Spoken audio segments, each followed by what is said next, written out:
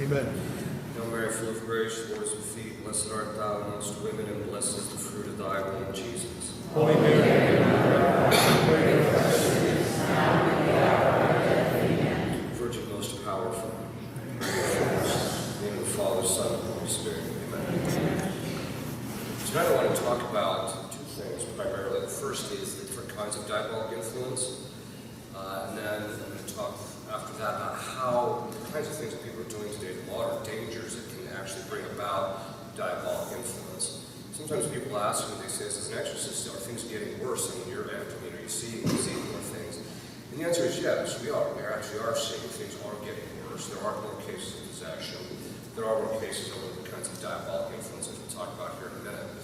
But, and that's one of the reasons why from time to time I'll go out and actually give conferences to warn people about these are the things that you have to avoid, because if you don't, you can actually open yourself up to problems. Exorcists say, and my own personal experience confirms the fact that there's 6 forms of diabolic influence in relationship to human beings. There's a separate one in which they can actually influence animals and houses and things of this sort, which we see in Scripture when Christ, the legion asked to be sent into the pigs. And so he sent them into the pigs. I always felt sorry for the guy that owned the herd. Anyway, so that's just a sign. That was the reason Christ allowed that, so that we would come to knowledge that they can affect things other than human beings. But of the kinds that affect human beings, there's 6 kinds. The first is called ordinary diabolic influence. This, ordinary diabolic influence, is normal temptation. Basically what this means is, if you remember from the homily, I made the observation that Eve gave Satan access to her emotions and her imagination. So demons have the ability to introduce images into our imagination. They can even put perspectives on the image of our imagination. So, a common example I give is, when demons kind of get into the mix, the wife decides she's going to do need some more? Okay. Having a hard time. Okay, gotcha. Do you want me to turn this one off? Okay. Great. Thank you. That's why he's the pastor. So the wife decides she's going to make her, as an act of charity, it's her husband's birthday, so she's going to make him breakfast in bed. And so it's 7 o'clock in the morning, and he's still in bed. She comes in and she says to him, you know, what time are you going to get up? And she's thinking in terms of, she wants to time it just right so that when he's ready to get up, the breakfast will be ready. The demons can step in, and in his mind, what does he hear? You're lazy, when are you getting out of bed? This is very important because this kind of influence happens all the time with people. It's one of the principal ways that demons divide families is they step in, and their first goal is to affect the spouse's perceptions of each other in order to divide them interiorly, psychologically from each other. And then from where they drive in externally. But that is one of the reasons why in marriage communication is key, because if you're communicating regularly with your spouse, then what will happen is that you can overcome that a little bit. There's a principle from St. Ignatius. He says that when the demon is tempting the person interiorly, the way to deal with it is to air it out. Get it out in the open so that it can be properly addressed. Obviously that has to be handled in the right way. But once that happens, they lose their ability to actually influence the situation. So that's something to kind of keep in mind, that they can do this in relationship to our perspectives. I tell people this quite a bit because of the fact that about 5 years after I was an exorcist, a woman came to me and she said, Father, my daughter is dating a man who I think is very bad for her, and I don't think he's a good man. So something just kind of occurred to me, and I said, well, why don't you say a binding prayer? Now, a binding prayer is a prayer that you say to bind demons from doing specific kinds of activity. I gave her the copy of the binding prayer, and I said, bind any demons that are keeping them together. Within a month, the evil person left the relationship. So I thought, well, that's interesting. So I started giving that to people as a general rule, especially parents who are worried about their relationships, because demons can make people actually have amorous feelings and thoughts about other people. And since I've started doing that, it's pretty much like clockwork. Every couple that I've given that prayer to has basically split their children children's relationships of doing nothing. I said, you just be quiet, let the prayer do its work. And it always splits up within 2 months. It's pretty much like clockwork. So the other thing is, I often tell people is that demons can affect our judgment, for instance, by putting these perspectives in our imagination. And this is one of the reasons why sometimes people don't convert to Catholicism. So numerous times I've told people here, say this binding prayer against the demon that's keeping the person from converting or from coming back to the Catholic faith. And you just keep doing it a couple of times a day, and over the course of time, what happens is all of a sudden the person's mind gets a bit of clarity, and then the person can respond to the grace. And so it's been very effective in converting people of all ages, actually. So that's ordinary diabolic influence. It's also temptation. Demons have the ability to put a perspective on things that are evil and make it look good, when in point of fact it's really bad. And they can, one of the ways that you can kind of notice that is that when you're in your clear moments, you recognize this thing is bad, and then all of a sudden, in your temptation, the thing looks actually better than it really is. Or it looks good when in point of fact, reason is there's something wrong with this thing. So that's ordinary temptation. The next 5 are called extraordinary diabolic influence. They're extraordinary in 2 ways. One, they're rare. They don't happen that often. Although diabolic obsession, which I'm going to talk about here in a minute, is drastically on the rise for a very specific reason. But it's also extraordinary in the sense that it's above and beyond the types of normal temptations, the normal emotions, and the normal thoughts that we have. So it's above and beyond that. The first kind is called vexation by modern exorcists. In the old Latin manuals, it was called dolor, which just meant pain. And basically what it meant is God would permit certain demons to physically accost or physically abuse certain people. And this was always considered the prerogative of saints, that God will allow the saints to be physically beat up. And this happened to Padre Pio, the Cure of Ars, several saints throughout history. It also seems to be an indication that St. Paul suffered a little bit from it. So that vexation is very rare when you're talking about it in the context of, because there's so few saints, and so it only happens to them. Exorcists say that the reason God allows this is for the sanctification of the individual who's suffering it, but also for the humiliation of the demon, because he's trying to get the guy to do something and he won't, and so the demon gets humiliated in the process. The next is called diabolic oppression. It's when the demons attack people from the outside. So they're not attacking us interiorly or emotionally or anything, they're attacking our externals.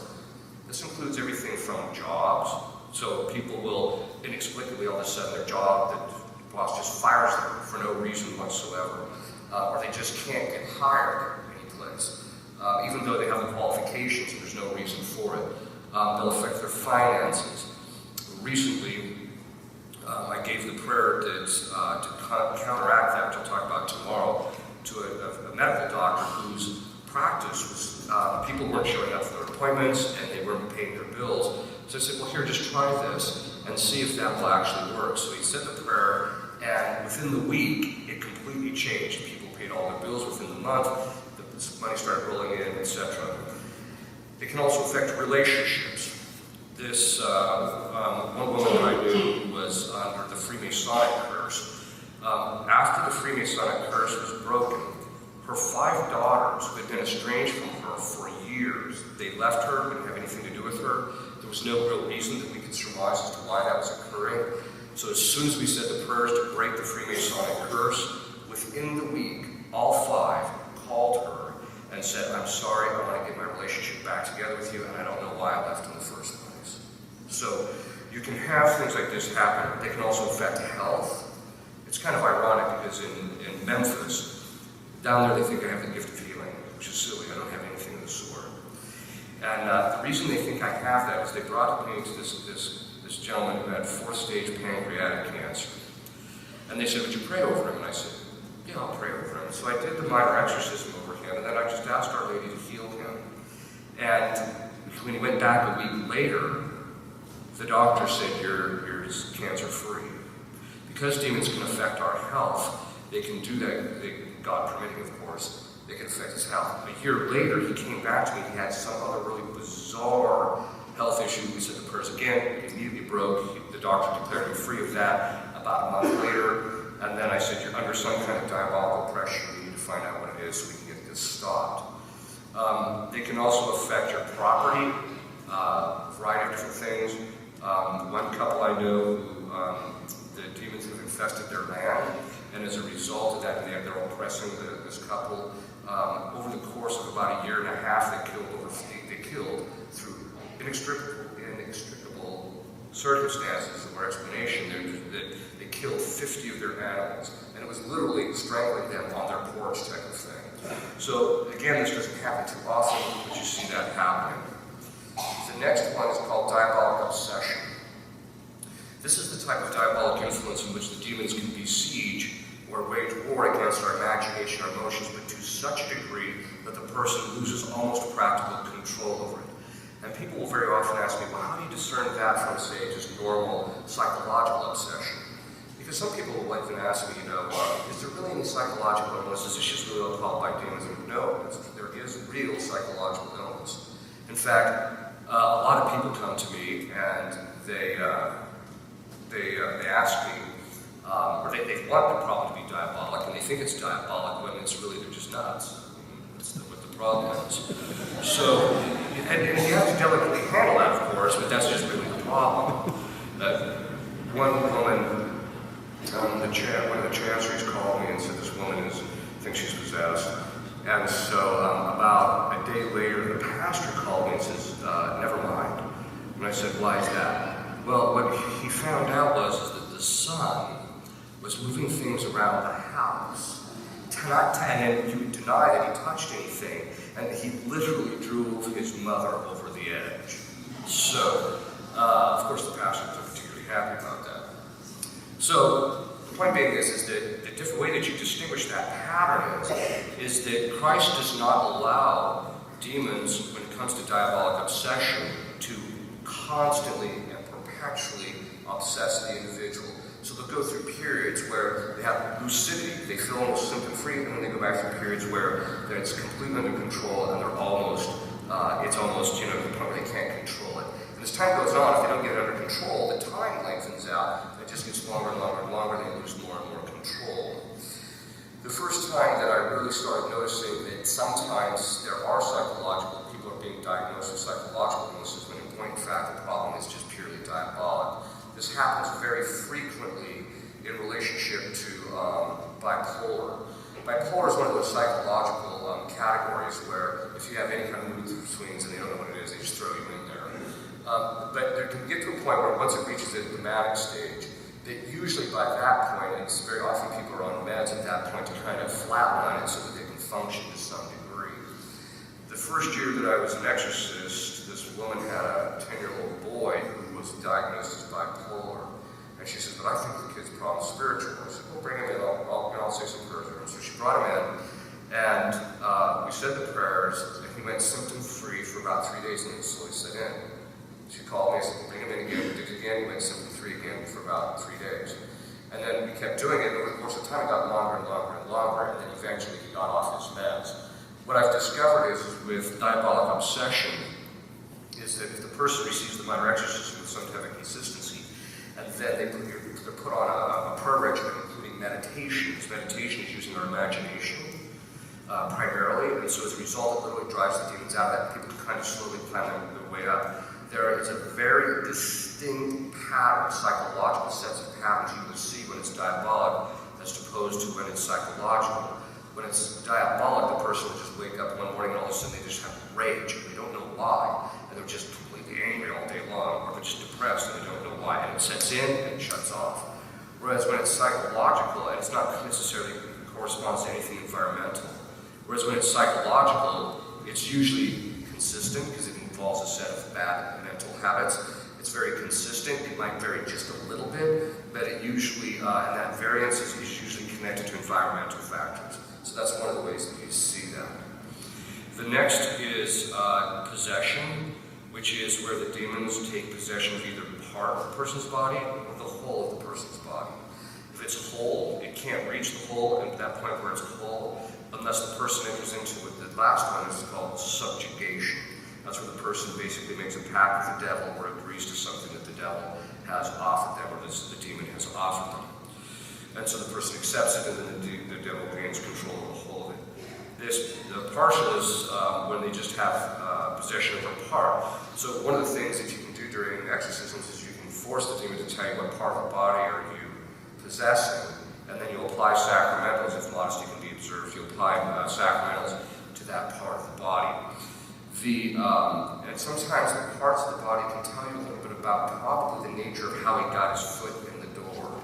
So very often, not always, but very often, women who have been raped or molested and become possessed as a result of that, the possession is actually in the back to the middle side on the left, and that the person feels the pain on the other side. It's called symmetry, where the demon causes the pain on one side and the possession is on the other. So that's not an ironclad thing, but it's very common. So sometimes where the possession is taking place tells you a little bit possibly about how he got his foot in the door. Not always. There's another kind of distinction between full and partial, and that's when people who are possessed can go through periods of lucidity, just like the person that has diabolic obsession, where they're fine, they can almost function. Very often they can hold down jobs, the demon will only kind of manifest or do this thing once in a great while. Other times, the person is in a state where they can't even hardly function at all. And when they're in that state, very often they can't pray, they can't do too much while they're in that state. Possession is, as I said, is very rare. Of the 150 cases that we did evaluations on last year, we only found 3 people to be possessed. So it's not too common. The last one is subjugation, where people make a pact with the devil. Now, one thing that people have to keep in mind, the devil is not in any position to enter into a contract with anybody. If you read the old moral manuals, they talk about the fact that you have to have a body to enter into a contract, because a contract is really an agreement that you're going to do specific things on a physical level. You're going to do certain things, and the person's going to compensate you for that. And so that compensation has to come in a form which fits the person who they are. So, for example, a normal contract would be a verbal contract. Someone comes to me and says, "Father, I'll mow your lawn for $10 an hour." And I say, "Okay," so it takes him 2 hours. The contract is, therefore, I owe him $20. The problem is that demons don't have a body. You can't, and by another analogy, you can't enter into contract with a dead man, although I think certain politicians would like to be able to get them to vote that way. Okay. But you can't enter into a contract with a dead man. And the same reason you can't enter into a contract with Satan. There's another problem too. The contract is binding on both, which means that the person who's making the contract has to be able to deliver what he's offering. Satan has no guarantee that he can deliver what he's offering. It's purely up to God to determine whether Satan's going to be allowed to do certain things or not. And so as a result of that, there's a lot of people that I've come across who became possessed because they made this pact with the devil. And you'll ask them, "Did you get what you want?" "No." "Well, that ought to teach you one thing, because he can't do it." But sometimes the pacts do take place. John Lennon, when he, before they were famous, made a pact with the devil. And the devil's side of the agreement was it would be for 20 years. That was it. And he took it. Almost 20 years to the date, it was within the week, he was shot.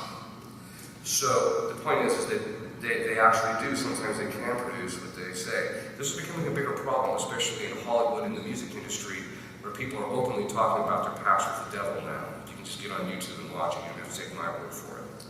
Okay. So these are the forms of diabolic influence. The question becomes, well, how do I become diabolically influenced? Well, ordinary diabolic temptation, everybody's subject to it. As I mentioned in one of the homilies, only Our Lady is not subject to it. Everyone else is subject to it. And there's a reason for that, which we'll talk about tomorrow, but we're all subject to that, and there are certain things you just simply have to do. Obviously, staying away from the near occasion sin. Stay away from pornography, in certain places on the internet, stay away from people, places, and things, and it's just simply going to draw you into temptation. You have to get away from them in order so that you don't have that opportunity for Satan to be able to make use of it. But he can tempt you any other time. But you have to remember that Satan has people and has demons on a very, very short leash. People have this idea that they just get to maraud and do whatever they want, but that's only because of the fact that it seems random and capricious. It's not because of the fact that the demons get to do anything unless God determines it. The one time I found this out as an exorcist, the exorcist, and when you study theology, they tell you that demons can't do anything without God permitting it. But the time I really saw I drove home was this woman who was possessed. The demon was possessing the woman's lower back. And so I commanded him, "Why are you possessing the lower back?" He said, "I don't know." I said, "What do you mean you don't know?" He said, "When I entered, Christ restricted me to that part of the body. As time goes on, I discovered, even in cases of possession, that Christ limits absolutely everything in the possession. He limits the number of possessors, who they can be, the degree of manifestations that they can do, which we'll talk about that in a minute, what they can and cannot do, the languages they can speak. Sometimes, even though demons and angels know every language, they have infused knowledge of every language. God can block their will from moving their intellect, being able to focus so that they can understand it. So you'll talk to them and they'll act like they don't understand you. So he can limit that. He determines the time and length of the possession. He determines who's going to liberate the person. He determines the sign of the demon's departure, and he actually determines what's going to get him out.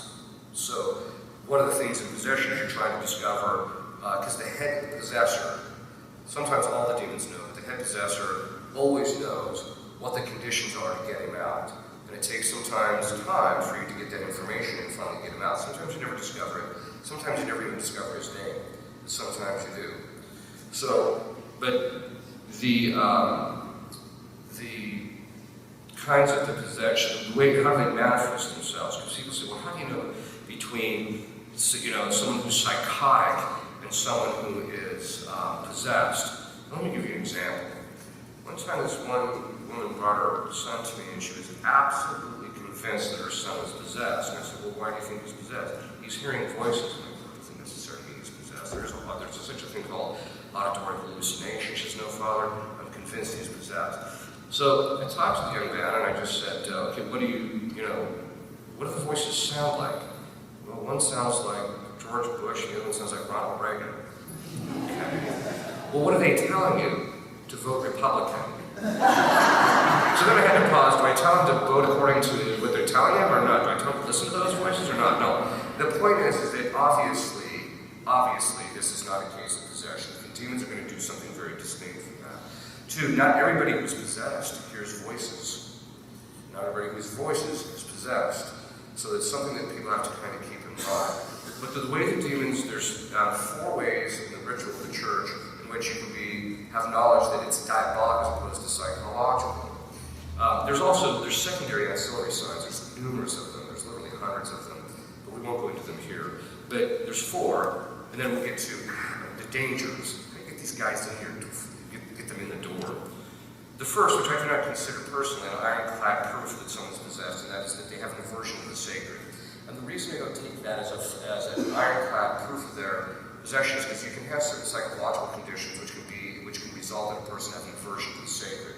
For example, if as a child, a particularly young boy was beat every time we went to Mass, and you suggest maybe you should go to Mass, and all of a sudden he reacts, that's not a sign that the guy's possessed. It's a sign that he's got some woundedness and damage psychologically that he needs to process. So that's not necessary. However, everybody who is possessed has an aversion to some things that are sacred. It's a complete misunderstanding, even among exorcists from time to time, usually the earlier guys, the guys who are just kind of starting out, and among priests, that if you're possessed, you'll always have an aversion to holy water or to exercise oil or things of this sort, or you can't go to confession or you can't go to communion. That is simply not true. The fact of the matter is that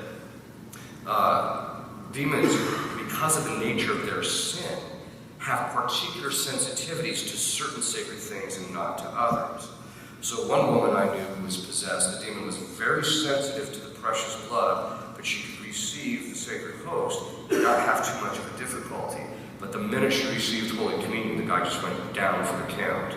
So, or sometimes people are very sensitive to holy water, sometimes they're not.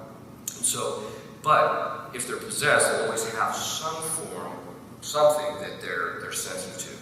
The next one is occult knowledge. This is when the demons know something that there's no way they can know, and there's 2 forms of that. The first is that the demon will know things about the particular areas of your life or other things that are occurring that there's absolutely no way they could know. So for example, someone will walk in, this just happened to a bishop recently, where a bishop was attending one of the exorcisms, and the demon looked at the bishop and said, "This morning you did X." Now there's no way this person could have known. Later the bishop said it's true, but then it was interesting to the bishop's credit, but the demon said, "But you always repent after you realize you've done something wrong." But the point is that they can know your sins, they can know things that have happened, events in your life, they can know what's happening next door without having any access to it. The other form is they can have some scientific and theological knowledge that there's no way they were knowing. So one time during one possession case, this one demon made a theological distinction that probably I and only about 500 people on the planet know, because I'm one of these guys that reads these esoteric books.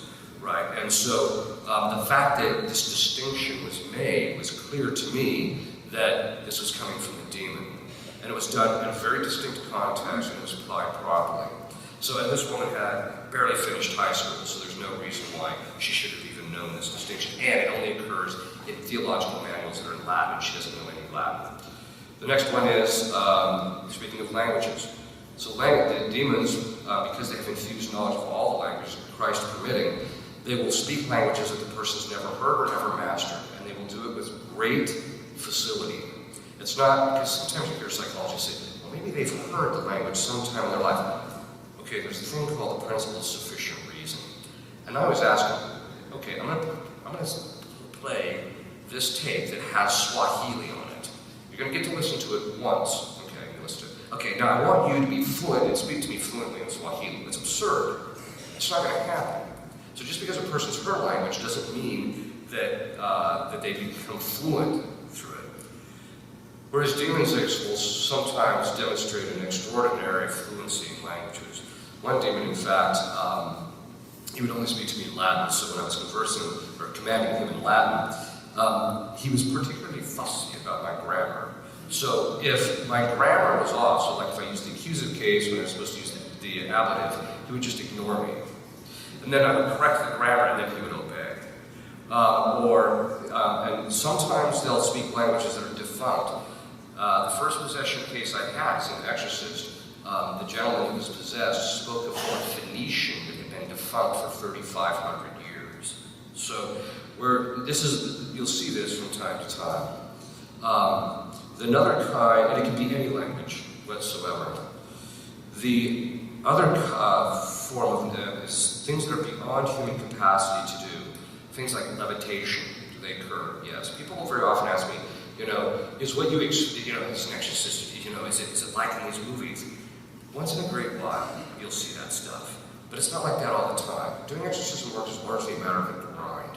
That once the demon is out, and once he manifests, and clearly one of these ways, we're still finishing this up, once he clearly manifests himself, usually there's not that much going on other than he manifests and you beat him up and then he leaves. There's not too much going on. In fact, as an exorcist, in the 10 years I've been an exorcist, and I've been doing it full time for almost 5 years now, I've only seen levitation twice. So it's not that common. Another thing is superhuman strength. So one exorcist I know was doing an exorcism over a 10-year-old boy. He's a pretty big guy, this exorcist. He probably weighs about 220, not too much fat. He had a police officer who was assisting him, who was about the same kind of size. As soon as the demon manifested, he grabbed both of them and lifted them off the ground. So these are kinds of things that can sometimes happen. Another one thing is called what I call morphing. And basically what that is that the demons will actually cause the person to appear to change shape. This happens in almost all cases of possession when you're doing exorcism. There will be at least some degree of that. Now, we're not talking about just making faces, but we're actually talking about, looks like facial structures will occur. So when Beelzebub manifests, he always manifests in the same way. Lucifer doesn't manifest in the same way. I've had him in 2 cases, and he never manifests the same way. I've assisted other priests who have had them in their cases, and he never manifests the same way. When Beelzebub always manifests the same way. And when he manifests, it's almost instantaneous. And that is the jaw extends out about 2 inches on each side, the head narrows, the eyes come together, they turn bloodshot, and the complexion turns almost boiled instantly. And And so this is something that you're not going to see happening unless the person's actually possessed. It's not something that a human being can cause. Another case of morphing, which was pretty pronounced, was an exorcist who was a friend of mine, had a case where Isis, the demon Isis, was the possessor. And when he would put the stole on the back of the possessed person's head, instantaneously his face would elongate about 3 inches and turn into the face of a wolf. So these are things that you see. That morphing occurs more times than not. The morphing tells you usually something about the demon, not always. Sometimes they can even change shape of the whole body changes into something else. So in one possession case that I had, I actually saw a woman change completely into a man in the process of the manifestation. This isn't to sensationalize it, it's just to give you a sense of it. People say, well, isn't that scary? No.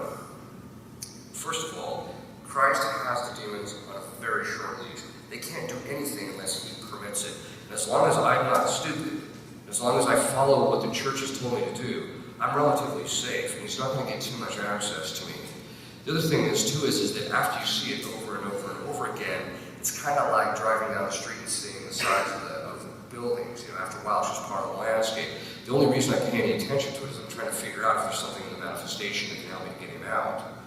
So the question then becomes, how do people become possessed? There's 3 ways. The first is they commit some mortal sin, which opens up the door. That's what we call it. It opens up the door to the demon getting his foot in. Possession, what most people don't realize, is that one of the proper effects of mortal sin is possession. The proper effect, let me restate that, the proper effect of every mortal sin is possession. Then people say, well, wait a minute, a lot of people commit mortal sins, why aren't they possessed? It's very simple. Again, God is in control. You might open the door, but it's up to God to determine whether he's going to let the demon through the door. Now, the demon's always going to try and get the doors open just to see if God's going to let him in. But 99.9% of the time, God blocks the demon from stepping in because it's not good for the person spiritually. And so he'll block it. So any mortal sin whatsoever, I've seen people become possessed through mortal sin of pride, fornication, pornography. You go down the litany, of course, witchcraft, blood pacts, all that. You see them becoming possessed of these things. So any mortal sin can be an open door to possession. Now, just to calm people down a little bit, people say, well, Father, can I talk to you afterwards? Because they're thinking I committed these mortal sins and I need to make sure I'm not possessed. There's a general principle here. Demons are showing. They like to show off a little bit. Even when they hide, they try from time to time to use some little things to show off. And basically what that means is that if you become possessed or there's some type of extraordinary type of influence, once you commit the sin, there's a change. And after that, the person's never the same. Until you get the demon out, and then they'll kind of return to their former state. So I just said, well, did you notice any changes afterwards? Usually it's the Ouija board thing. Father, we played with Ouija boards when we were a kid. Okay, did you notice any change afterwards? No, not really. Then don't worry about it. Right? So, and that's a very important lesson. Teresa of Avila one time was laying in bed, and she woke up and Satan was hovering above her. And she just looked at me and said, oh, you again. And just rolled over and went to sleep. And the reason she did that is because one of the principal ways you protect yourself from the demons, because just so I don't forget about this for tomorrow, one of the principal ways is you don't pay any attention to them more than you have to. In other words, you be vigilant. Peter says, be vigilant and watchful. But once they're there, if you see them, you deal with them. If you don't go looking for them, and you don't pay attention to it, and you don't get your mind off that. Demons have a principle. And that principle is anything but God. Anything but God. They are willing to take an extraordinary beating from you as long as you're not paying attention to God. And this is why you can't be focusing on them or worrying about them. You just have to focus on your life. If one of them pops around with a little head up, you lop it off and you move on. Okay. So, mortal sin. That's the principal way that most people become possessed. Another category is people who have gone under some kind of extreme evil of some sort. So about half the women who show up on my doorstep have either been raped, molested, sexually or psychologically abused. And people say, well, wait a minute, this isn't fair. Well, it's not a matter of fairness. It's a matter of the fact that when the person acts upon the other person, they're using that person in a gravely disordered way. And as a result of that, that person is placed under the domain of Satan on a physical level. And that's how he gets his foot in the door. Let me give you an example of how we can see this in relationship to physical things. One time this one exorcist went to a house, and because there was things happening in the house, so he asked about the history, and he said, well, the former owner shot his wife in the backyard. So he went in the backyard, and he found a shotgun shell that was used to shoot the wife. He said from the moment he picked that thing up, the moment he picked it up, to the time he got rid of it, which was 2 days later, he said, absolutely everything in my life went wrong. Okay, it's the same thing here, because when we use something badly, we actually introduce diabolic influence over that thing, and so they can become influenced. Why does God allow it for people like that? He allows it, as I mentioned in one of the homilies, I think. God allows this diabolic influence for a person's sanctification. One woman I know who was possessed by the top dog, in fact, I saw her go 7 months without committing venial sin. She was one of the most holy women I ever met, and the reason she became holy is because she had to fight her way out to get this guy under control. And he admitted that she had defeated him. And in that process, she grew in virtue, she grew in holiness, and that's why God actually allowed it. It was one of the reasons. The other reason is purely by the will of God. It's extremely rare. I've personally never seen a case of it. I've only seen it happen. I've read about it in books. There was a case of a nun in Iowa who became possessed. And during the exorcism, the exorcist commanded the demon to tell him what sin did she commit that you got in. And he said, she didn't commit any sin. So then he commanded her, then why are you here? He said, because there's a sin in the region, and God wants reparation made for the sin in that region. So what they did is they set up perpetual adoration in the diocese, and within 3 days she was liberated to make the reparation for the sin that was occurring. And this is an important thing that we have to kind of keep in mind. One of the things that very often happens is people will say, well, there's problems in the house. And in my experience, 80% of the time, it's not the house, it's the people in the house. Okay, so mortal sin is the class of things that opens up the door. What are the common modern things that we're seeing today?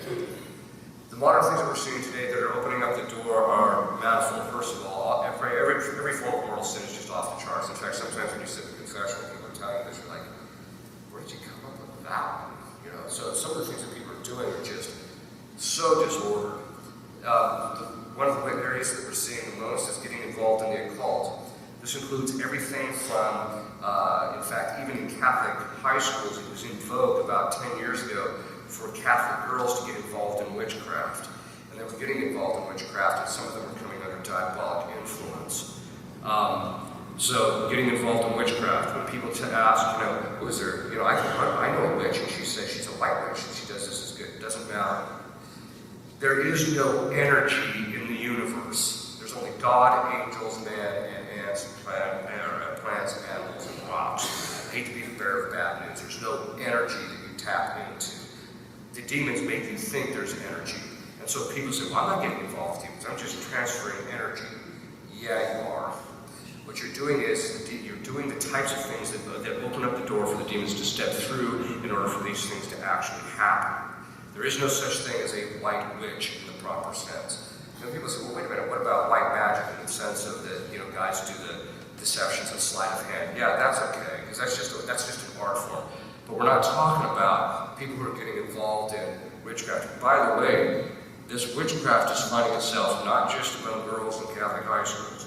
It's finding itself in video games.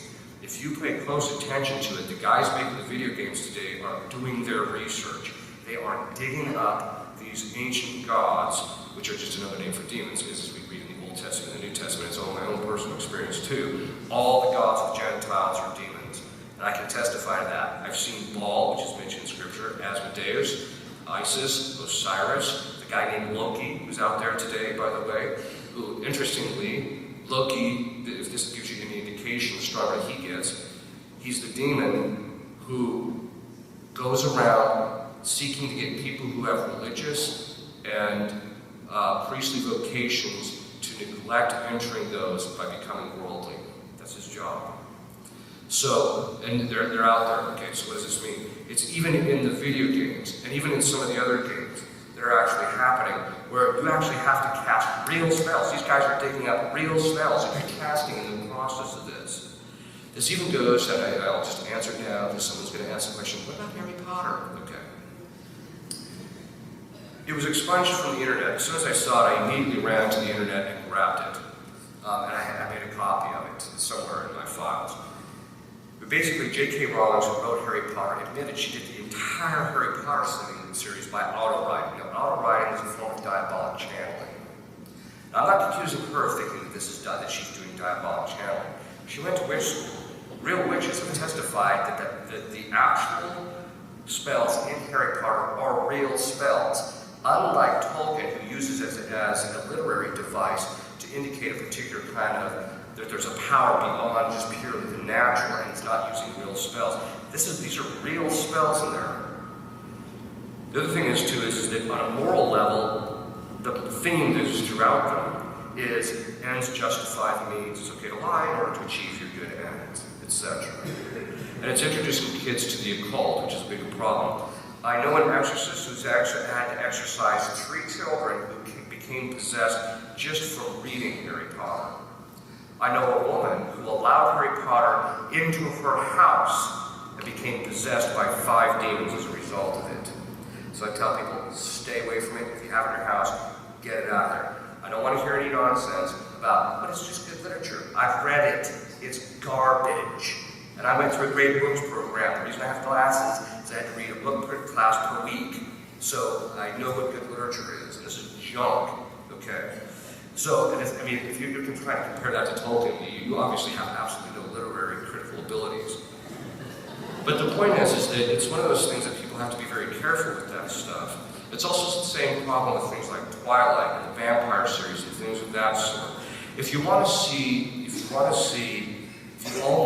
by diabolic genesis of different forms of movies and certain kinds of horror movies and certain kinds of literature that are along that vein. There's a book called Monsters from the Id, written by E. Michael Jones. It's worth a read. It gives you insights to the people who started these genres. Anyway, getting back to my original point. So, things that involve the occult, those are the things that are being brought in. There's other kinds of things that are connected to the occult that most people don't realize. Things like yoga and Reiki. I'll just answer that now because someone always asks that.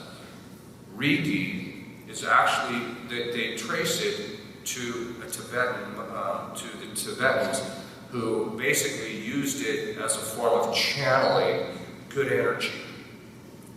But if you look very, very closely at Reiki, and I only stumbled across this inadvertently, and then when I did the research, I found out that it seems to be backed up, that Reiki is actually a form of hand gestures, which are ritualistic motions from the Kundalini cult of the ancient Egyptian cult of Osiris.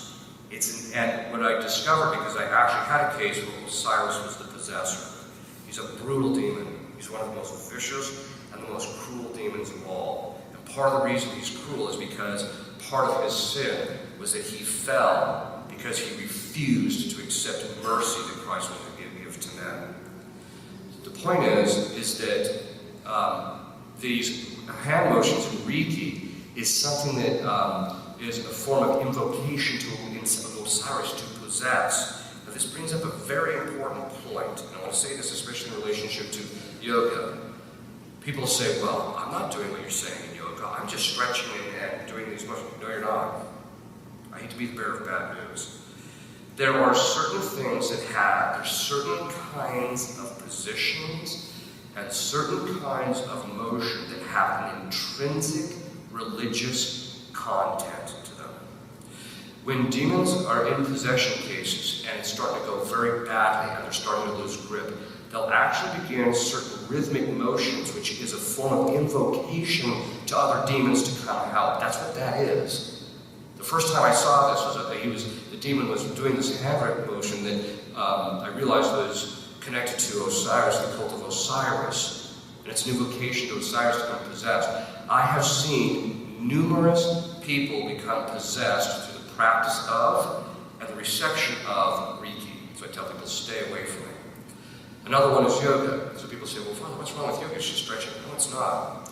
If you actually look at, by the way, don't kill the messenger, I'm just telling you what the experts in yoga say. They say that the actual positions are representations of Eastern deities. The motions that you do in stretching are actual forms of worship of Eastern deities. For example, there's a certain kind of position where they start out low, they move to the back, they go up high, and then they come back down. It's a form of stretching. It's actually a form of worship of the sun god. That's what it is. So when people say, well, if I don't intend to it, then I can't become possessed by it, that is simply not true. Because you are doing something which by its very nature, on an objective level, is gravely offensive to God, you are opening the door. It doesn't matter whether you think it or not. There are certain effects of sin. There's two kinds. Subjective, that's when it's in our will, now we're blamed for the sin in our will. But then there's objective effects of sin. This is one of the reasons why people, when I hear young ladies say, I didn't know, how did I become pregnant? I'm like, really? Do you really need that much help in this process? There are objectives, even if she didn't realize that fornication was a mortal sin. It doesn't matter. She can still get pregnant from it. Even if she doesn't want to get pregnant, she can still get pregnant from it. It doesn't matter. It's the same thing when it comes to certain kinds of evil things too. The objective content of the sin itself is an open door because it's gravely disordered and therefore it's under the domain of Satan, and that's how he can get his foot in the door. This is why it's so key to know your Catholic faith well, so you don't do things you're not supposed to. Another area that we're seeing is pornography. It's off the charts. One of the things that a lot of people don't know is that the Satanists taught the people in the pornography industry that if they curse the master copy, sometimes called the locked copy, of the pornography, all the copies made from that will bear the curse, so that the people who view it will become subject to the curse. And the principal aim of them becoming subject to the curse is to boost the addictive effect of pornography. And I know an exorcist who has dealt with a guy who became possessed through pornography, and when the demon said, when he commanded the demon, how'd you get in? And this is one of those cases where the person didn't have any lucidity during these sessions. He said, I got in through pornography. Afterwards, he asked the guy, did you view pornography? And he said, yes. And he said, did you notice any change after that? He said, as soon as I saw that woman on the pornography, I became obsessed with finding every piece of pornography that she was in. And he just spiraled down. So, but also pornography is a major gateway to diabolic obsession, not necessarily possession, but also obsession. And it's something that's very hard to break. So that sexual sins, very common. Not that everybody who does those is going to become possessed, but it can be a gateway to possession. There are other sins, as I mentioned, of the occult. When it comes to, and I'm going to stop here in just a minute, I'm just going to mention a couple of other things. I'm going to stop. We'll take just a very short break, just a couple minute break, and then we'll have the Q&A session, which I'll come down for. But the thing that you have to remember is any mortal sin is the gateway to becoming possessed. And this is everything. This can even be moral sins of thought. It can be, as I mentioned, one woman who had pride, but it can also be in relationship to custom of mind, in relationship to chastity. People who gravely violate that, there's a problem. There's also certain kinds of sins. The authors in the past used to call them vices contrary to nature. There are kinds of sins that are so disordered that they're not even envisioned in the context of nature. The sin of Sodom is considered that. This is one of the reasons why there's specific demons, I won't name who they are, but there's specific demons. If we find out that this demon is a possessor, it's a guarantee that there's been some type of acting out in that area in relationship to that specific demon. So, and it's pretty ironclad. So, the point is, I tell people this is becoming a problem. I'm going to just end a little bit with this. And this is something which we have to really be careful because, first of all, I mean, you don't get paranoid and you get afraid. People say, you talk so matter-of-factly about this. Well, it's just part of the spiritual landscape. And if you recognize that Christ is protecting you, you don't have to be worrying about this. As long as you're living a good Catholic life, don't worry. But I just lost my point. Oh, one of the things that has me very concerned, and I'll just end with this, underneath Satan, there's what they call the table, or the council. It's the 5 demons that are called the generals, and they're the ones who Satan gives commands to, and they execute his commands. Those 5, these are the 5. One is Baal. Baal is the demon of impurity. Asmodeus, Lilith, Leviathan, and who's the 5th guy? I always forget that guy. And every time I remember him, I say I gotta remember that. Anyway, the sins that pertain to those 5 generals are completely ensconced in our culture right now. Completely ensconced in our culture. And this is a serious problem. This is one of the reasons why I tell people, even things like abortion, a lot of women become diabolically obsessed from abortion. I've even seen a couple of cases of possession from abortion. I know a woman who became possessed because she was the victim of an attempted abortion on her. So this is serious business. I tell people, you have to be very careful, you have to lead a good Catholic life, and really avoid committing any mortal sin whatsoever. Okay, we'll stop there, and then I think Father, in just a second, we'll start the question and answer. This time we're going to have a collection. And after the collection, we'll have a question and answer period for maybe about a half hour or so. I think the one thing I want to say with regard to everything that Father Chad has said tonight, demons are looking for a relationship. Jesus is looking for a relationship. Jesus always comes knocking at the door and presents himself with who he is. And you can say, I'm not interested. Demons never, ever, ever knock on your door and present themselves for who they are. Everybody's looking for that guy with 2 horns, long tail, red suit, and pitchfork. You're never going to see him. You're never going to see that guy. And so by the time you recognize what's happened, you've opened the door, and now you got your problems. And you say, I don't want to be your friend anymore. And he says, I don't care. I'm here. And so Father Chad is going to talk tomorrow night, and you can ask some questions tonight with regards to how these guys get in and what to avoid. And tomorrow night he'll talk about how to protect yourself. So we want to have that question and answer? Yeah. Okay. So we'll entertain questions, and I'll walk over the mic.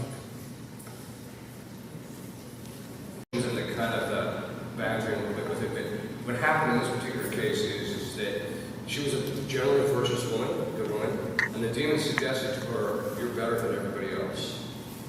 And she gave consent to it. She literally gave consent to thinking she was better than everyone else. That's how we got it.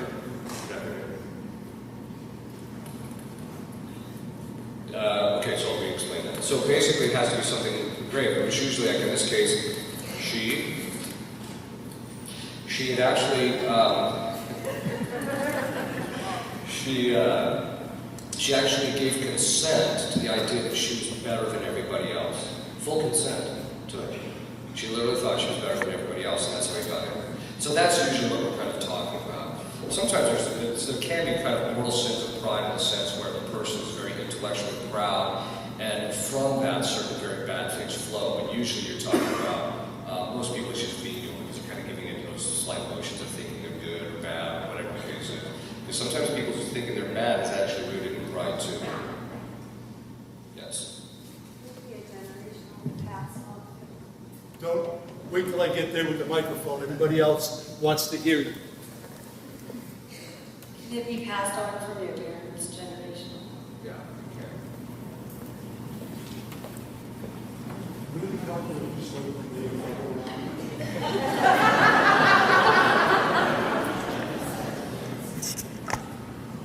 Anybody else? Okay, the question was, is it generational? So we still got to answer that question. Yeah. The actual answer is yes, there are generational spirits. And the way it usually happens is somebody in the family commits a grave sin. The demon gets his foot in the door. Then once he gets his foot in the door, he starts tempting and affecting the people that are in the family. And from there it gets passed from generation to generation. There's some indication that under certain circumstances it can be passed on even without temptation.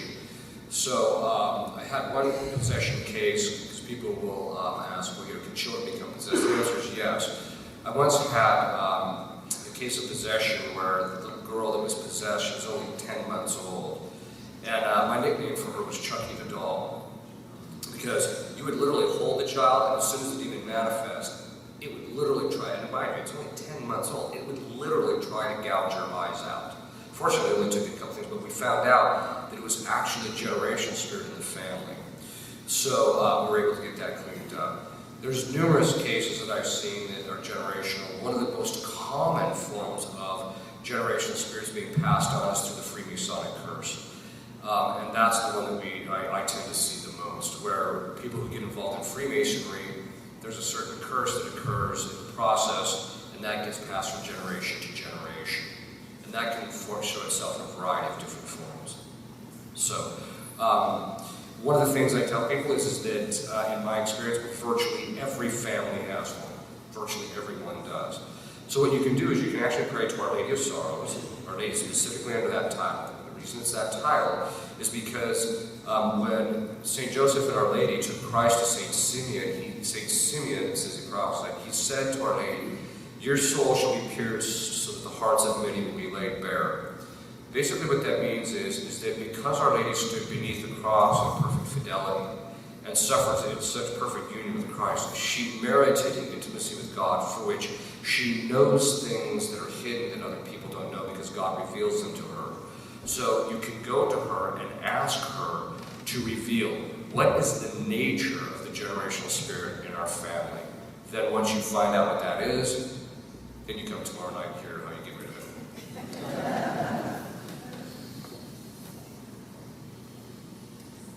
How can I get through?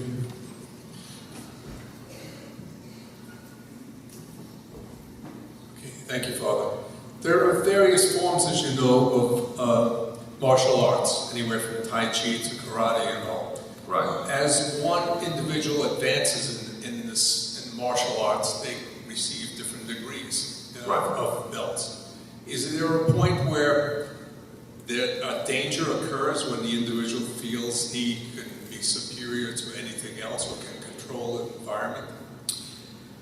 Yeah, actually, certain forms of martial arts, the actual Eastern philosophies or religions are already integrated in the lower steps. So, in certain forms of meditation that they do are problematic. So you have to be watchful. However, it is a legitimate art form in which you can reach up to the various highest levels, but there's a certain stage, like the last few levels, where the only way a person can master those last two levels is basically you have to do the religious practices that they do in order to achieve them, which basically means some of the things they're doing are probably diabolic in nature.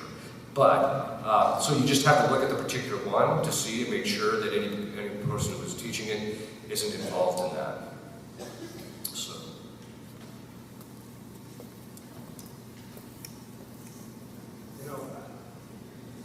I think one of the things I want to say at this point is, don't worry, this is not like catching a cold, okay?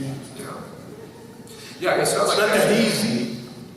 Yeah, people sometimes say, I think I was around this guy's possessed. Does that mean I'm possessed? No, it's not how it works. You brought up martial arts. Two things I should probably talk a little bit about is acupuncture and homeopathy. Acupuncture, there's two parts to it. They have done the science, and they know that it actually can through the science that it has a legitimate causational effect. So they actually can trace it, they understand how it works, they know the mechanism, etc. But then many practitioners of acupuncture will join to it the Eastern religious practices to it. So people say, well, can I get acupuncture done? And the answer is yes, as long as it's done by a practitioner who has absolutely nothing to do with Eastern religious practices. Homeopathy is somewhat the same thing. One of the things that the drug cartel in Mexico has started doing is doing the same thing that the Satanists taught the people in the pornography industry, which, by the way, that mechanism has worked its way into Hollywood now, and it's also worked its way into the music industry by cursing the master copies. But what they did is what they would do is they would curse the drugs coming into this country, and then in order to boost the addictive effects of it. What we found out is that a lot of the homeopathic drugs and various natural herbs coming in from China are now the rituals are being done over them. So I tell people, if you're going to be involved in that stuff, I'm not saying it's good or bad or ugly, I'm just saying that regardless of if you're going to get involved, you had better make sure you know exactly where those herbs came from and what their lineage is so that you don't end up with problems. So, I want to ask, for those of us who do practice like yoga, what can we do instead? Do you have like some type of stretching program that you could recommend? Yeah, you know, most of the people that I've asked that question, you know, there's some groups that started this. There's some groups that started called Christian yoga, which is you do Christian meditation while doing yoga stuff. That's not good. And then there's some that have tried starting Christian kind of stretching, but I've talked to people doing this and it's not that good. Usually what I tell people to do is on the internet, you can usually find this through places that people who do physical therapy and things like that can tell you the kinds of stretches that can get the same effect without doing that. So it's basically a matter of finding somebody who actually knows that particular angle of thing on a medical level, and that's usually how they usually end up doing it.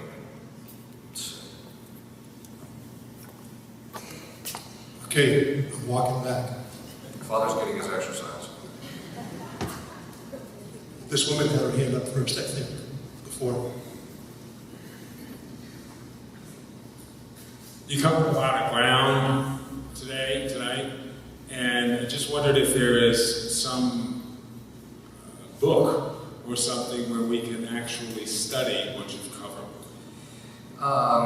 As far as a book goes, there's two that I recommend. The first is An Exorcist Tells His Story. It's put out by Missions Press by Father Gabriel North. The reason I like it is because of the fact that it's non-sensationalized. It's kind of broken down in the way that I kind of discussed it tonight.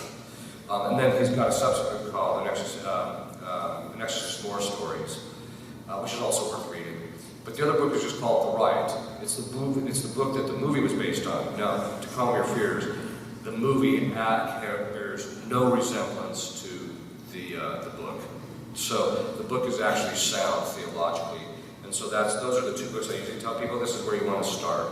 So if you can read Latin, I can give you a whole host of books. The other thing is if you want some more information, you can go onto my website, which is just called Centred, which is SENTRED.org. And on there I have conferences. There's some things I go into real detail there that can be very helpful, especially for people who are suffering from diabolic obsession. So. Father, thank you for your answer. Is the evil of ISIS regarding that? Could it have been pre-generational? And could it have started by someone a long time ago in the Muslim faith? And is it possible that it was started by someone not a Muslim? I'm not sure I understand exactly what you're saying, so I'm going to just disentangle a little bit. If I don't answer it, then you can come back to it. The demon Isis is actually an Egyptian god. And so, in that sense, it predates even the Muslims. The Muslims, that they resurrected, actually, in my studying of it, I haven't seen any real correspondence between, I should say, I haven't seen any clear connection between the demon Isis and the name Isis that's been given to it. However, the one thing is that the Muslim ISIS side of things seems to be pretty cruel. I mean, it seems to be some connection on that level. But I don't necessarily think that they're connected directly. You had mentioned about a binding prayer that you gave for people to do for other people. Yes. Can we do that for other people, or like property, or just around this area? It seems to be pretty high. So I'm trying to get information. Yeah, that's a very good question. The answer is it depends. Remember when I was talking during the homily about how Eve stepped out from underneath this authority structure? Authority does two things. It's to provide and to protect. That's the primary function of it. And of course, it's never meant for the individual who has the authority. It's always given to somebody for the sake of other people, those specifically underneath them. What we've discovered as exorcists over the course of time is if you don't have an authority over the particular individual or thing, you can become retaliation, because the demons recognize you don't have the right, you don't have the authority here, and so they'll retaliate against you. Whereas if you have the authority, God will protect you. So this includes people like parents, pastors, having over their people. Actually, a priest can do it with anybody because of the fact that the priesthood is universal in that sense. It also would have to do with like superiors, relationship to those underneath them, like within a religious house, etc. So anybody that you have any kind of authority over. Sometimes people ask, well, what about grandparents? We don't seem to see the same kind of level of protection, so we tend to tell people don't do that unless, just generally speaking, don't do that. If you adopt a child, you have that same power, we've noticed. The one exception is, for some reason, we think it's connected to the fourth commandment, that people can say binding prayers do not get retaliated against the demons. If they're your sibling or your parent, you can do it for them. If for some reason or other, people seem to be relatively immune from diabolic attack when they're doing that. So to answer your question, yeah, you can. Just make sure you have authority over the thing or person. So I was wondering, you were saying that some video games and movies and books have actual spells in them. Mm-hmm. How do you know if it's an actual spell or if it's just like... The good news is that there's been a lot of research that's out on the internet that will usually lay it all out for you. So you can do internet searches on it. You have to wade through some of it a little bit because sometimes the Protestants will throw a red flag when there shouldn't be one. There's no reason for it. But other times there's a few people, Catholics are kind of falling down in this regard. But if you go on the internet, you can research that. If you do it properly, you can find the information about what the actual content is. By the way, it's not just that. There's other aspects to video games as well. Role-playing games have become a bit of a problem, both video and otherwise. They can become a bit of a problem, we've noticed, with it's on a psychological level, and then once the person does this stuff that's disordered on a psychological level, then they've opened up the door to diabolic influence. And I have in mind specifically things like Dungeons and Dragons.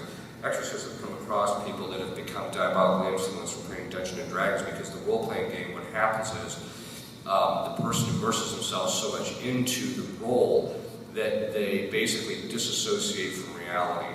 And that disassociation is the open door. It's a big open door. I'm still trying to sort it out myself, but it's a big open door to demons getting their foot in. And so we recommend that people don't do too much of that. Or if they do it, you can keep your wits about you and make sure you're still grounded. I would also add that how violent video games have become, and there's a lot of sexually explicit content in a lot of video games, which is dangerous.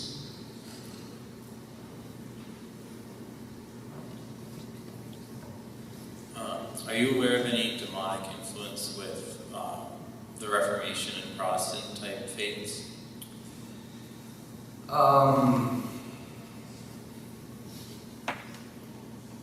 Well, let me put it to you this way. Yes, insofar as the disorders that they introduced into Christendom are the types of things that would be under the domain of Satan. Whether they were possessed or not, the people involved with that or not, I wouldn't be able to speak to. It's possible, but I wouldn't be certain.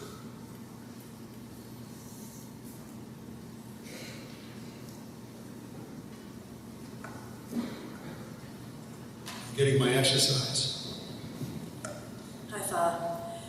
I'm in the mental health field, and I wonder if you could talk a little bit more about psychological problems and the difference between whether they are psychological with all the substance abuse we see today versus some kind of possession.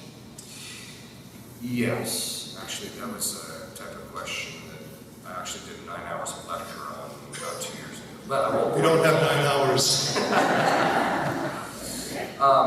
First, let me just talk about addiction, and then we can move on to the psychological side of it. There's 3 components to an addiction. The first is the biochemical, which we know there's a natural mechanism for that, so that does actually have its basis in the person's physiology. The second one is the habits that they develop around that, which are the moral habits they develop around the addiction. And then the third is that demons can either be the cause of addictive feelings, cravings, behavior, and they can drive it in large part. There was a woman once who came to me who had tried everything under the planet to stop drinking. And so I said, you just don't seem like the drinking type. It doesn't mean anything, by the way. But I just said, why don't you come in and I'll give you this blessing.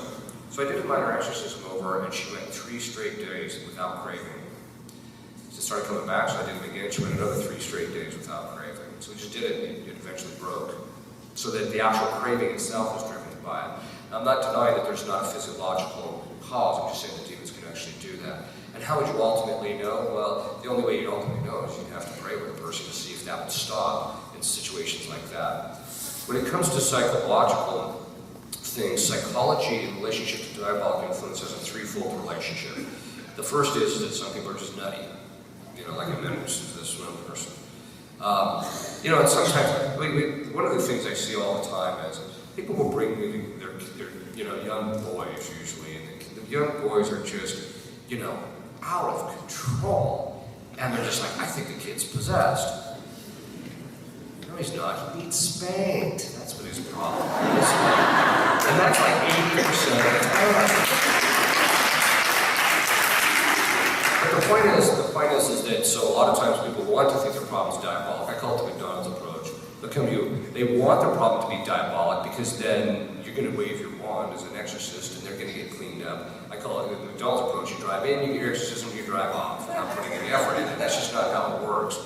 But sometimes it's just purely psychological. And in stuff that's purely psychological, usually, in my experience, you can trace it to specific events. Like if you're talking about someone who's been traumatized, and the psychological problems are from the trauma, you can trace it specifically back to that. The patterns would fit the trauma, etc. Where the other kind is when it's just purely diabolic, when the person is completely sane. So I've worked with people like that. When the demons weren't affecting them, they were as sane as the day is long. But the minute the demon took over, then the person was just out of control. So, but that pattern of going like this is one of the principles. It's not ironclad, by the way. It's kind of an art form. I kind of see that pattern of going like this is very often a sign that it's diabolic, and the fact that it's not connected to anything external. But in most cases of like possession and diabolic obsession, there's an intertwining where the demon has picked at the person psychologically for years, and so, or the demon got their foot in the door because of the thing that caused the mental illness as well. And so, very often, you can kind of see the symptomology of, okay, there might be things that are present that might be the causation as to why they're have the psychological illness. So that's what I'm looking for is causation. Is there a natural event that explains, naturally explain why this person is having the psychological difficulties they're having? Then, of course, on the top of that, I'm also looking for certain kinds of psychological patterns, like I said, this waving pattern, or the fact that it's virtually never connected to anything in the environment or things like that. I'll look for that. But in the end, even with people that I think, you could be diabolically obsessed, the only way I really know is you have to pray over them. Now, when you pray over someone who's diabolically obsessed, there's a very distinct thing that you're going to see as opposed to psychological. If it's psychological, you pray over the person, they might feel a little better, but that's what I chalk up to just the social interaction that they have, and then someone's actually listened to them and trying to help them. Whereas when it's diabolic obsession, what'll happen is all of a sudden the person will feel symptom-free. So much so that the thing is gone, and then it slowly comes back. And then you'll pray over them, and then it goes away again. This pattern is a very common pattern that priests see in the confessional. Confession has the same effect as exorcism. I'll probably explain it tomorrow night. But a lot of times people will go to confession, they'll confess the sin, and then they literally feel like this thing's lifted off and they feel symptom-free, and then like 3 or 4 days later it's back. And so the priest thinks, well, this person's just a recidivist. The person just keeps falling into this thing over and over and over again instead of the intention of correcting it. It's not necessarily the case. So if you see that pattern in the confession, sometimes I'll ask them, when you go to confession, you find that, almost always you don't have any problems for a while, and they'll say yes.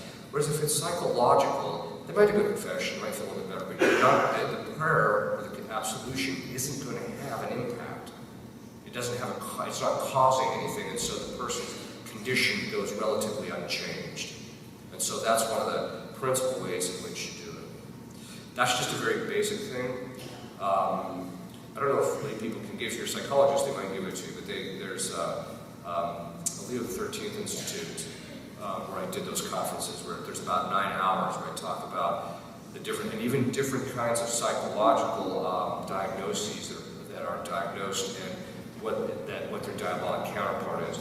Now, demons can mimic or cause every form of physical and psychological illness. To be clear, I am not saying that every mental illness is from a diabolic cause, but people just have to be aware of that. So. Okay, we're going to go probably a couple more questions, and then we're going to have to kind of put and then, so,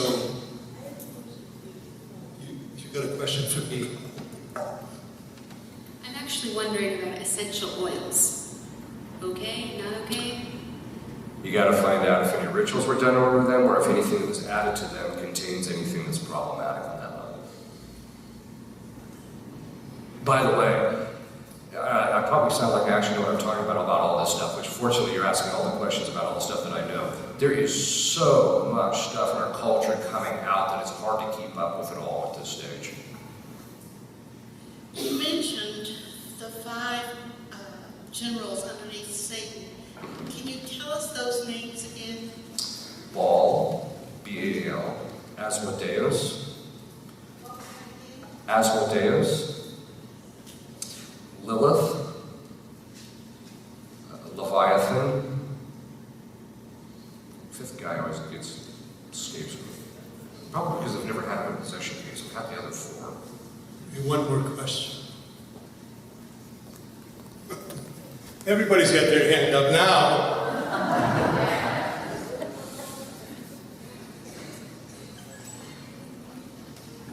I just need a clarification about what you just finished explaining about the differences between psychological illness and diabolical influence.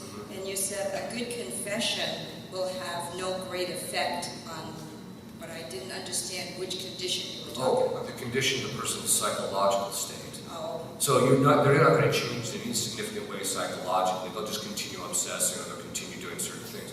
Whereas if it's diabolic, you'll see them be totally normal for a while. Sometimes it can go even longer. Recently, I dealt with one case where the person was having suicidal ideation. They had her on every form of medication under the planet. And from her description, it sounds to me like it's diabolic obsession. I said the prayers over her, and she went an entire month without any problems.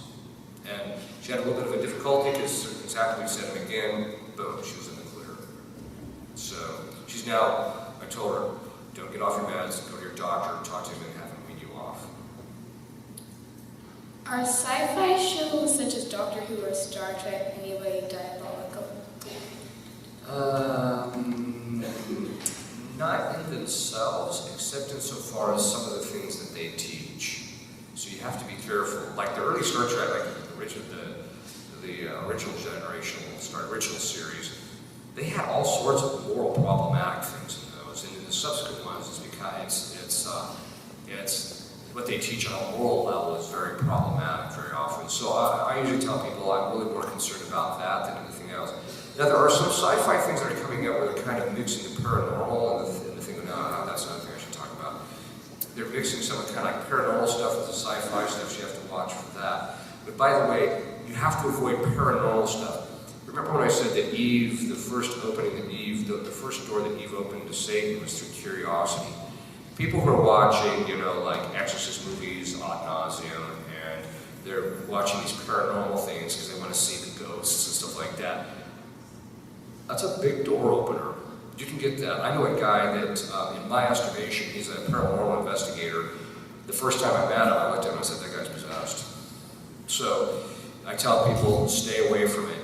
And you don't need to know that. You don't need to know that stuff. The church already tells you what you need to know about those things. You mentioned that a woman was possessed and able to take the consecrated host, but unable to take the consecrated wine. Right. Is that implying that the host and the wine have different spiritual purposes? No, it just means that the significance, both are the body, blood, soul, of Christ. So that's not the question. But the blood has a very, if you look in Scripture, it has various significances. One, it's the thing that purifies. So read in the book of Revelation that they purify their souls in the blood of the Lamb. So it's the thing that purifies. It's Christ. It's through Christ's shedding of His blood that we become spiritually purified. The second thing is that the blood is also used as a form of protection. So very often, exorcists will invoke the precious blood and ask Christ to pour His precious blood around us so that we don't get affected. So it's actually a form of protection. So it has a variety of different kinds of symbolic meanings. In this particular case, I commanded the demon to tell me, why do you have such a hang? Why have a problem with the precious blood? And he said, because the precious blood of Christ was given to him by Our Lady, and he had a big hang up of her. So, should we stop there? Yeah. Father Chad. I'll give you a blessing real quick. Should we do that? In a moment. Okay. Just want to let everybody know that immediately following our session tonight, you're welcome into St. Anne Hall for a little bit of, cheese and crackers and a little bit of socializing. And I guess the final thing I want to say is, if you're living a life of grace and you're practicing the virtues, you don't have anything to worry about. Hey, Father, don't touch my thunder. No, but because I don't want people. Don't be afraid. There's no reason to be afraid. That's right. There's no reason